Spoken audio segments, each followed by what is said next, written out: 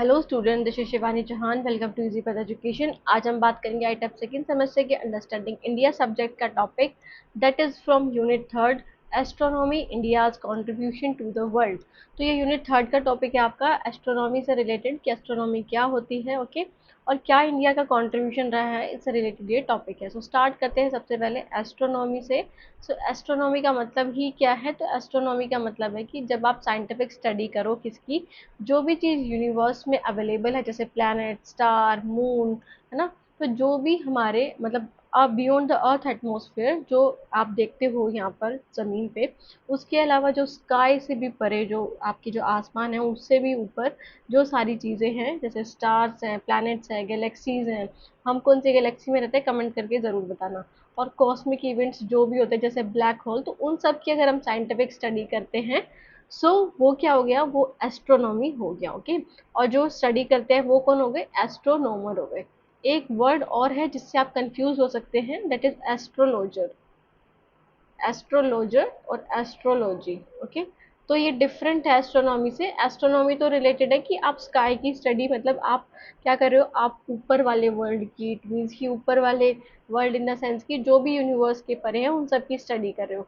पर एस्ट्रोलॉजी का मतलब क्या है? जब आप हॉरोस्कोप की स्टडी करो, आप देखते हो ना राशि वगैरह होती है आपकी, है ना, ये सारी चीज़ों की आप स्टडी करते हो, तो वो क्या हो गई, वो एस्ट्रोलॉजी हो गई, है ना, भविष्य से रिलेटेड वो सारी एस्ट्रोलॉजी है। बट आप जब साइंटिफिक स्टडी करते हो किसकी, यूनिवर्स की, तो एस्ट्रोनॉमी को अगर हम देखें तो ये साइंस ऑफ द यूनिवर्स है कि जब आप स्टडी कर रहे हो यूनिवर्स की जैसे दैट इज केमिस्ट्री में आप केमिकल्स की स्टडी करते हो, तो ऐसे ही आप एस्ट्रोनॉमी में यूनिवर्स की स्टडी करते हो। तो ये एस्ट्रोनॉमी हमें क्या क्या चीज़ें बताती है? तो फर्स्ट इज की बहुत सारी चीज़ें इसके अलावा, बट ये 3 क्वेश्चन जो आप बोल सकते हो, जो आप जिससे समझ सकते हो, okay.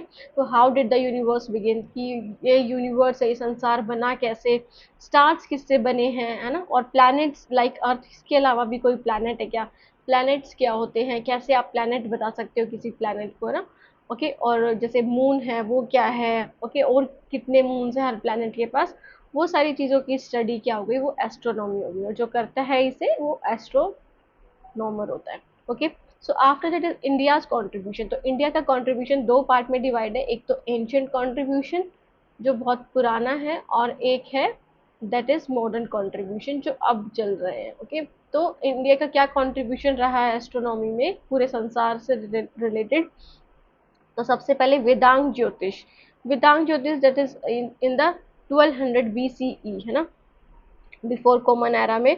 So one of the oldest Indian text on astronomy, हम ये माने तो ये सबसे पुराना टेक्स्ट है एस्ट्रोनॉमी पे, जो एस्ट्रोनॉमी पे लिखा गया था। और ये सोचो कितने ज़्यादा साल पुराना है ना।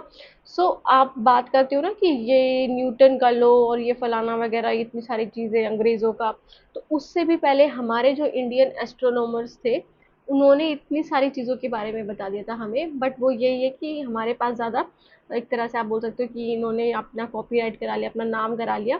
बट उससे भी काफ़ी साल पहले हमारे जो साइंटिस्ट बोल सकते हो आप, ये एस्ट्रोनॉमर हैं, उन्होंने इन सब चीज़ों के बारे में बता दिया था। मैथ्स के बारे में, कैलकुलस वगैरह आप पढ़ते हो, सब चीज़ों के बारे में हमारे इंडिया में पता था। तो इंडिया बहुत ही ज़्यादा रिच कंट्री माना जाता था, रिच इन द सेंस की डाइवर्सिटी में रिच, और जो मिनरल्स हैं, है ना, बहुत सारी चीज़ों में, तभी तो इंडिया को सोने की चिड़िया कहा जाता था, क्योंकि वहाँ पे नॉलेज इतनी सारी थी, नॉलेज का भंडार था, है ना। पढ़ते हैं वेदांग ज्योतिष को। तो वेदांग ज्योतिष सबसे ओल्डेस्ट टेक्स्ट माना जाता है एस्ट्रोनॉमी का। इसने हेल्प करी थी to determine the right time for rituals and seasons, कि आप देखते हो ना कि रिचुअल्स और सीजन के मतलब सीजन कौन से टाइम में कैसे आएगा, है ना, कि जो आप देखते हो जनवरी से, दैट इज दिसंबर से फैब में सर्दियाँ होती है ना, नवंबर से फैब में, फिर उसके बाद अप्रैल मई में गर्मी आने लग जाते हैं। तो ये एक राइट टाइम कैसे डिसाइड किया गया, showing in early understanding of the solar years and lunar cycle, कि हमें पहले ही बहुत पहले बता दिया था कि जो सोलर ईयर है ये कैसे काउंट होता है, कैसे पता चलता है हमें कि पहले ही सोलर ईयर आने वाला है। या फिर ल्यूनर साइकिल के बारे में कैसे पता चलता है, जो मून को देखते हो ना, दैट इज कभी वो पूरा 14 दिन होते हैं ना उसके, जो अमावस्या आती है, तो उससे रिलेटेड स्टडी सबसे पहले वेदांग ज्योतिष ने कर दी थी, वो भी इतने साल पुरानी, ओके। फिर है आर्यभट्ट इज इन द 476 से 550 CE में, कॉमन एरा में, ओके। इन्होंने प्रपोज किया था क्या, earth rotate on its own axis way before Europe cotton, है ना। यूरोप में जिन्होंने इस कॉन्सेप्ट को दिया था उनसे भी पहले आर्यभट्ट ने खोज कर ली थी कि अर्थ है वो अपने एक्सिस पे ही घूमती है, ऐसा नहीं है कि अर्थ कहीं पे भी घूम रही है। उनका एक एक्सिस है, मतलब एक लाइन है जो इमेजिनरी लाइन है, उसको एक्सिस बोलते हैं। सो उस पे ही वो रोटेट करती है, ऐसे ही अदर प्लैनेट भी करते हैं। Okay, so gave a remarkably accurate value of pi, तो इन्होंने ही पाई की हमें बिल्कुल एक्यूरेट वैल्यू बताई थी, दैट इज 3.14। इन्होंने पूरी एक्यूरेट वैल्यू बता दी थी, इससे पहले कोई भी इसको संभव नहीं कर पाया था। उसके बाद है एक्सप्लेन्ड एक्लिप्सिस साइंटिफिकली, जो एक्लिप्सिस होते हैं दैट इज आपके सूर्य ग्रहण और ये सारे चंद्र ग्रहण, इनको इन्होंने साइंटिफिकली एक्सप्लेन किया था कि किस रीजन से सूर्य ग्रहण होता है, किस रीजन से चंद्रमा ग्रहण होता है। जब हम क्या मानते थे, उससे पहले हम मानते थे कि ये सब, ये जो राक्षस है उनका श्राप है हमारे ऊपर। नहीं, ऐसा नहीं होता है। मतलब आप बोलते हैं ना कि सूर्य ग्रहण से ये हो जाएगा, वो हो जाएगा, और ये बहुत बड़ी, मतलब राक्षस का ये है, वो है, तो ये सब चीज़ों को हटा के इन्होंने साइंटिफिकली से एक्सप्लेन किया था कि साइंटिफिक रीज़न है इसका, जिसकी वजह से हमें सूर्य ग्रहण और चंद्रमा चंद्रमा ग्रहण देखने को मिलते हैं। ओके, आपको ये नहीं लिखना कि क्यों होता है सूर्य ग्रहण और चंद्रमा ग्रहण, बस आपको ये दिखाना है, ये बताना है कि इंडिया का क्या कंट्रीब्यूशन रहा है एस्ट्रोनॉमी पे। After that is his Aryabhatiya was translated into Arabic, तो इनकी जो बुक थी आर्यभट्टिया वो अरेबिक में ट्रांसलेट की गई थी, और फिर उसने इन्फ्लुएंस किया था इस्लामिक एस्ट्रोनॉमी को भी। ओके, तो इस्लामिक की एस्ट्रोनॉमी है उसको भी इन्होंने बहुत ज़्यादा इन्फ्लुएंस किया था, मतलब उन्होंने उसके बारे में कैसे दर्शाया गया था, तो वो इन्फ्लुएंस थे आर्यभट्ट की बुक से या आर्यभट्ट के विचारों से। ओके, आर्यभट्ट आप बताना कि दैट इज आर्यभट्ट अब किस नाम से ज़्यादा फेमस है। ओके, जैसे हम आगे पढ़ेंगे। सो फिर आ जाता है इंडियाज कॉन्ट्रीब्यूशन, तो इंडियाज कॉन्ट्रीब्यूशन एंशियंट कॉन्ट्रीब्यूशन में क्या है, और ब्रह्मगुप्त फ्रॉम 598 से 668 सीई में। So they introduce rules for zero and negative numbers in astronomy, तो इन्होंने रूल्स एक्सप्लेन करे थे जीरो के, कि जीरो सिर्फ एक प्लेस होल्डर ही नहीं, एक नंबर है जो हमारे बहुत ज़्यादा काम आता है। ओके, तो इन्होंने जीरो के लिए बताया था, और नेगेटिव नंबर्स के बारे में भी बताया था एस्ट्रोनॉमी में, नेगेटिव और पॉजिटिव नंबर्स के बारे में।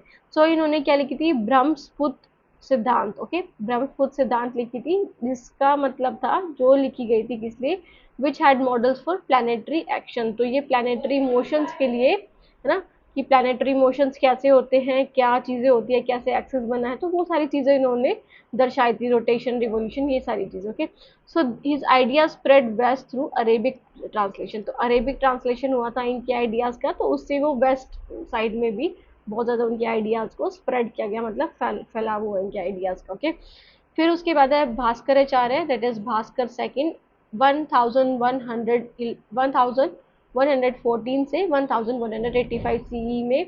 सो इन्होंने लिखी थी Siddhanta Shiromani. Okay, covered planetary longitudes, eclipses and cosmology, तो इन्होंने कॉस्मोलॉजी के बारे में बताया था, एक्लिप्सिस के बारे में बताया था, और प्लानिटरी लॉन्गिट्यूड्स के बारे में बताया था कि वेस्ट टू ईस्ट, ये सारी डायरेक्शंस और ये सारी चीज़ों के बारे में इन्होंने सिद्धांत शिरोमणि में बताया था।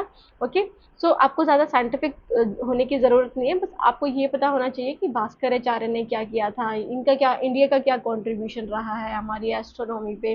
ओके, इसके बारे में आपको पता करना है, ना कि आपको ये जो साइंटिफिक टर्म्स है उनके बारे में। Okay, so they calculated that earth gravity pulls object, इन्होंने कैलकुलेट की थी, जो हम बोलते हैं ना कि न्यूटन ने लॉ दिए थे ग्रेविटी के ऊपर, उससे भी बहुत साल पहले किसने दिए थे, भास्कराचार्य ने अपनी बुक में लिखा था सिद्धांत शिरोमणि में।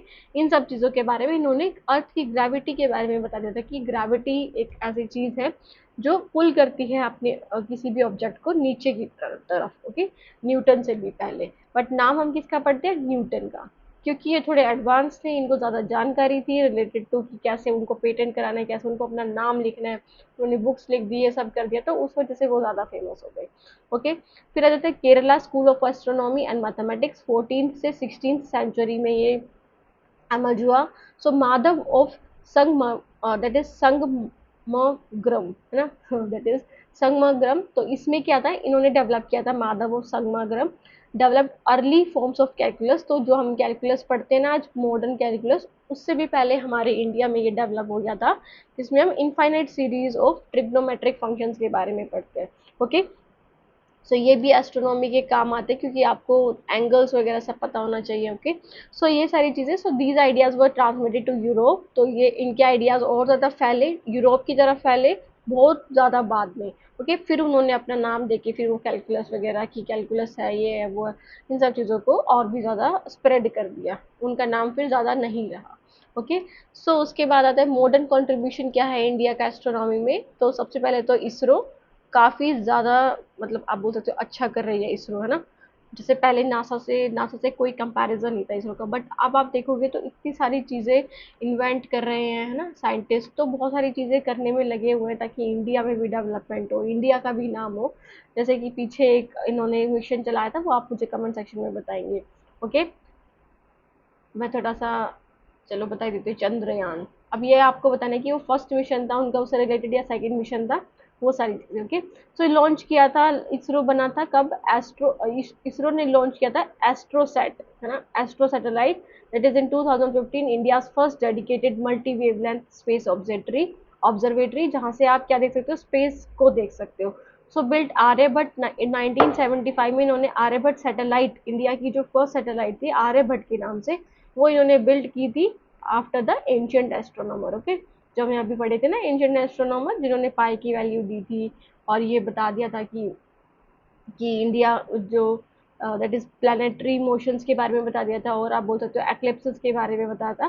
सो वो सारी चीज़ें। ओके, सो स्टूडेंट फिर आ जाता है giant metre wave radio telescope, GMRT। So ये भी India's world largest radio telescope for studying galaxies, quasars, black hole के बारे में, है ना, जो ब्लैक होल की एक स्टडी है, एंड द अर्ली यूनिवर्स के बारे में जानने के लिए ये जो रेडियो है ये सेटअप किया गया इंडिया के द्वारा। ओके, वर्ल्ड लार्जेस्ट आप मान सकते हो इसे रेडियो टेलीस्कोप है, जिससे आप स्टडी कर सकते हो गैलेक्सीज के बारे में। ओके, काफ़ी सारी गैलेक्सीज हैं जो, और हम कौन सी गैलेक्सी में रहते हैं वो आपको कमेंट करके बताना है, मैंने पहले भी बोला था। ओके, सो उसके बाद आ जाते हैं हम नेक्स्ट पे, SKA, that is square kilometre array. So basically ये इंडिया का इसमें मेजर रोल है। अगर ये डेवलप करने की बात करें तो ऑस्ट्रेलिया के द्वारा डेवलप किया गया ये स्क्वायर किलोमीटर एरे। सो इसमें क्या है, ग्लोबल रेडियो टेलीस्कोप प्रोजेक्ट है कि आप क्या कर सकते हो, स्टडी कर सकते हो इसकी प्लानिटरी मोशंस की स्टडी कर सकते हो, जो भी चीज़ें अब नई हो रही हैं उससे रिलेटेड नई रिसर्च करने के लिए ना, कुछ पता लगाने के लिए, तो बेसिकली आप टेलीस्कोप के ज़रिए उसमें ये सारी चीज़ें कर सकते हो। ऑस्ट्रेलिया और साउथ अफ्रीका के द्वारा ये सेटअप किया गया था, इंडिया ने भी इसमें पार्टिसिपेट किया। सो उसके बाद आ जाता है आदित्य L1 मिशन, जो 2023 में सेटअप हुआ था या बना था। So India first solar observatory mission है ये, है ना, कि आप सोलर के बारे में जानकारी लो, जैसे कि रिलेटेड टू सन्स कोरोना, जो सन की आउटर लेयर होती है वो कोरोना होती है, उस आउटर लेयर को कोरोना बोलते हैं। सो सन के सोलर फ्लेयर्स के बारे में जानना, है ना, ये जो आती हैं किरणें टाइप, उनके बारे में, सोलर विंड के बारे में जानना हम इसके थ्रू कर सकते हैं। तो solar observatory mission, that is Aditya L1 mission. इसके बाद एक और मिशन आया, दैट इज चंद्रयान मिशन। इसके बारे में आपको मुझे बताना है कि कब सक्सेसफुली सेटअप हुआ, कब सक्सेसफुली हुआ। ओके, और इससे पहले और कितने मिशन हुए थे इससे रिलेटेड जो फेल हो चुके थे या फिर नहीं हो पाए थे। ओके, आपको कमेंट सेक्शन में बताना, और आपके पेपर में भी ज़रूर लिखना है। सो आपका होमवर्क है ये कि चंद्रयान के बारे में आपको बताना है, जो इंडिया का मेजर आप बोल सकते हो, मेजर कॉन्ट्रीब्यूशन है एस्ट्रोनॉमी से रिलेटेड। ओके, सो ये कमेंट करके ज़रूर बताना है। बाकी चैनल को सब्सक्राइब करना ना भूलना। कोई भी डाउट, कोई भी क्वेरी है तो पूछ सकते हैं, कोई और टॉपिक चाहिए तो वो भी बता सकते हैं। बाकी सब्सक्राइब करना ना भूलिएगा, और इसी पता एजुकेशन चैनल को बाकी लाइक भी कर दीजिएगा, शेयर भी कर दीजिएगा अपने दोस्तों को, ताकि इससे मुझे भी मोटिवेशन मिले। Okay, so thank you so much friends for watching the video. मिलते हैं नेक्स्ट वीडियो में, तब तक के लिए take care, bye, have a nice day.